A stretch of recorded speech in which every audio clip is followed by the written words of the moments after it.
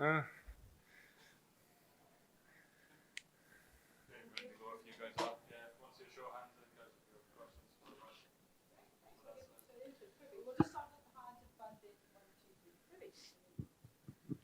Rassie, well played. But given that you've already told us anything, I want to ask you about Quinny. Actually, I'm just kidding. yeah. Just you guys talk about your collective effort. Whether it be spreading the runs or spreading the wickets and stuff. But just how inspirational and important is it still to have a guy who's basically rattling off centuries like he's been doing and record breaking in some instances and are you nudging him to stay a bit longer in the 50 over format? It's been it's been so good to have Quinny. Um, he has a determination about him that I haven't seen in a very long time. He's plowing back into the team in all aspects, in the bowling meetings, in the batting meetings, being one of our senior guys. The guys really feed off him, and he's one of my favorite guys to bat with. He really guided me through my innings today. At times I was under pressure, and I was asking him about a few options and yeah, just to sort of soundboard with him out in the middle. He's such a cool and calm guy out there, thinks so clearly.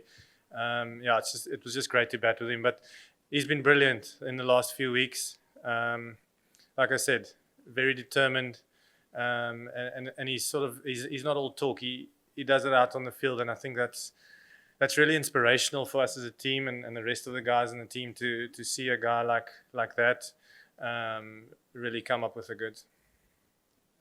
Very surprised kind of you're allowed to bat first half despite losing the toss, and how is it feeling to be among the runs? Yeah, I mean,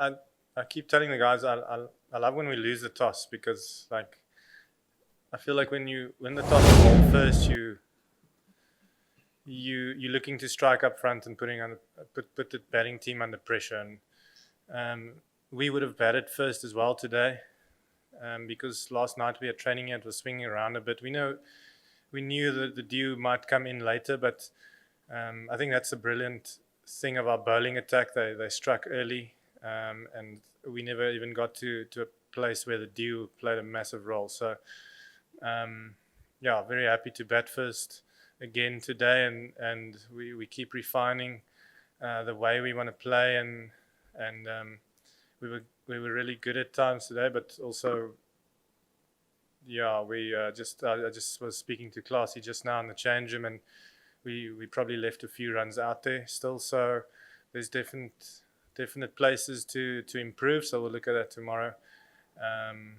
Yeah, and obviously happy to contribute in the team. There's a full out team performance there, and I think that's a thing that's really heartening in the change room at the moment. Everyone's contributing, and I mean even the guys on the bench. You have Shamo sitting out after being man of the match the other day, and the guys on the bench, the energy they're putting into the team has just been unbelievable. So all 15, the staff's contributing, our medical team to get the guys back and ready and reset for every match. Yeah, it's just been a collective effort, and yeah, it's just good to see the results of that, I suppose, in a match like tonight. Congratulations. Hi. Congratulations Nice on cap. your win. Thank you. You spoke about it in the pre-match about doing the, as you called it, dirty work in the middle overs.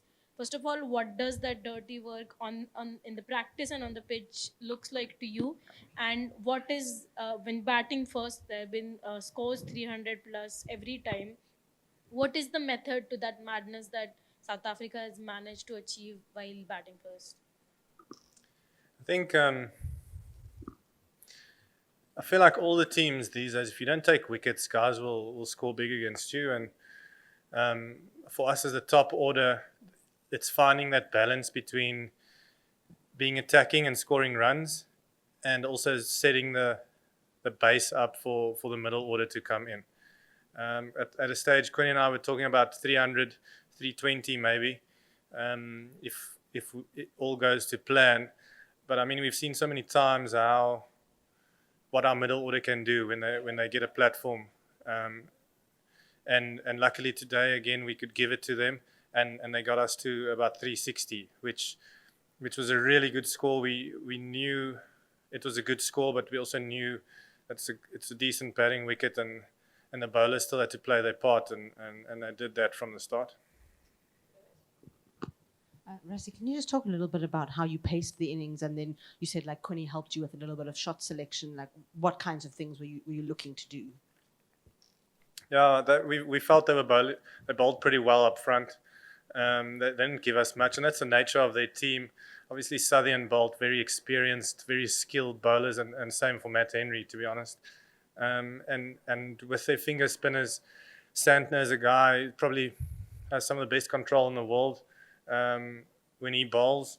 The other two we knew we could put under pressure, but they've been bowling well in the tournament so far. So they weren't giving us much, and we sort of had to fight through that period. And yeah, I kept asking Quinning, like, if you want me to make a play, just tell me. And he said, no, just extend it and just look at your options for the spin. Keep playing straight.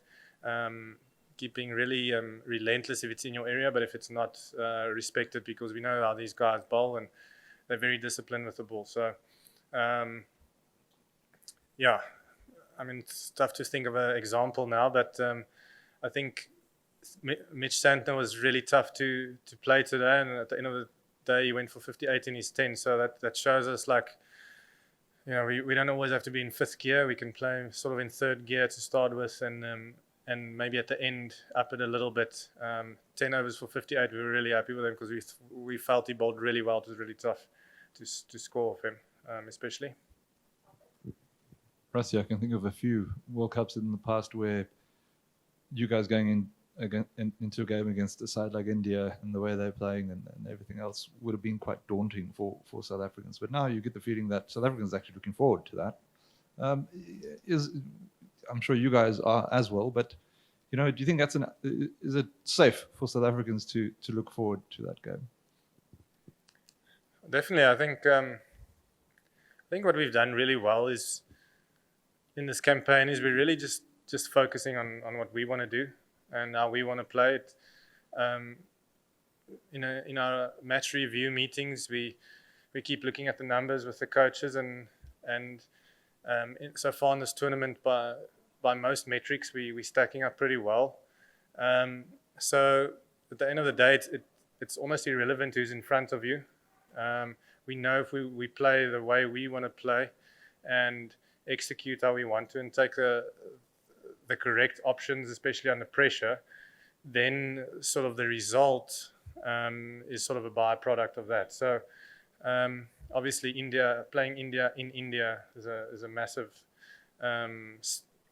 event. They've been playing really well. A lot of experience in their team. They've got all bases covered, brilliant bowling attack, and obviously the batting as well. But again, like I said, we'll go into that game knowing that if we do the things well that we want to do, we'll be in a really strong position.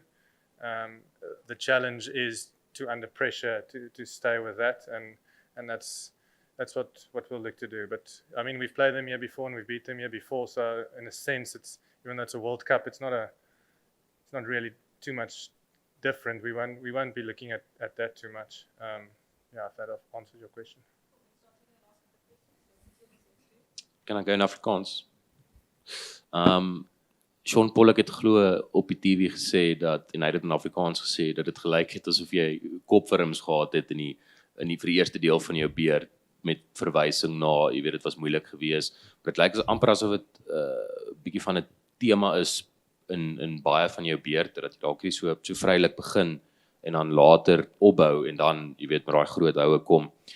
Is dit 'n bewuslike ding van jou of voel jy nie altyd gemaklik as jy nou aan die begin van jou beurt is nie, of is dit dalk 'n mental ding ook dat jy nog gewoond moet raak aan die blad en aan die beurt, of hoe sien jy dit? Do you want me to answer in Afrikaans or English?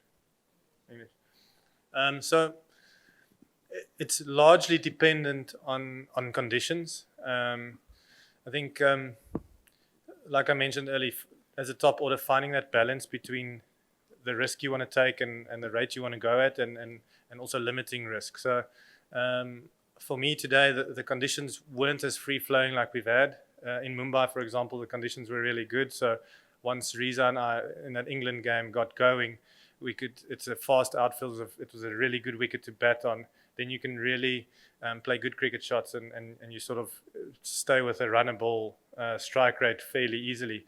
Today, I felt it was a bit the other way around. You had to really get used to the conditions and the pitch. And I think Quinny at a stage also was going slower than he normally goes, definitely as well. And I suppose that shows you, that tells a story in itself. So the important thing for us was to assess that and know that when you get a start, to capitalize, to really make them come into your area, keep the pressure on them. Because, like I mentioned earlier, if you don't take wickets in this format, and guys have a platform to play off, it can. I mean, the sky's the limit. Rassie, you spoke a bit about the communication between you and Connie and I. He guided you over the course of a long partnership like that. Are there opportunities for you guys to just keep it a bit light, to enjoy it and have a crack a joke with one another? And can you take us into whatever that might be? Yeah, there are a few lighter moments. At the start, it's obviously pretty tense. They were bowling well, so you have sort of a very sharp focus there. But Quinny is never too far away from a joke. So I mean, I can't think of too many examples today, but he does keep you on your toes. At a stage today, he hit a 4. And it was quite obvious he was going for 4, and I was looking away, and he was like, rush, like, and I looked up as if I should run, and he was just like, come on, stay with the game type thing. So, no, I mean, he's one of my favorite guys to bat with. He doesn't speak too much out there, but like what he says makes so much sense, and to get access to what he's thinking on the other end, it's just really good. Hey Rassie, in this tournament, South Africa have had the fewest dot balls and yet the most boundaries. It's a rare scenario because teams can usually focus on only one of them. Is this something that you guys talk about when you're laying out your batting plans? We don't, like I mentioned earlier, I think that's a result of what we want to do when we're out in the middle. We talk about what's assessing conditions, what's the correct option, and always having the correct intent, and that sort of differs throughout the innings, your options and your intent. But we know if we can tick those boxes, naturally you put yourself in a better position to score and to be in positions to maneuver the ball where you want to. We don't really look to tick those boxes per se, but I think they tell a story in hindsight of where we are and how we want to go about it, I suppose. Thank you.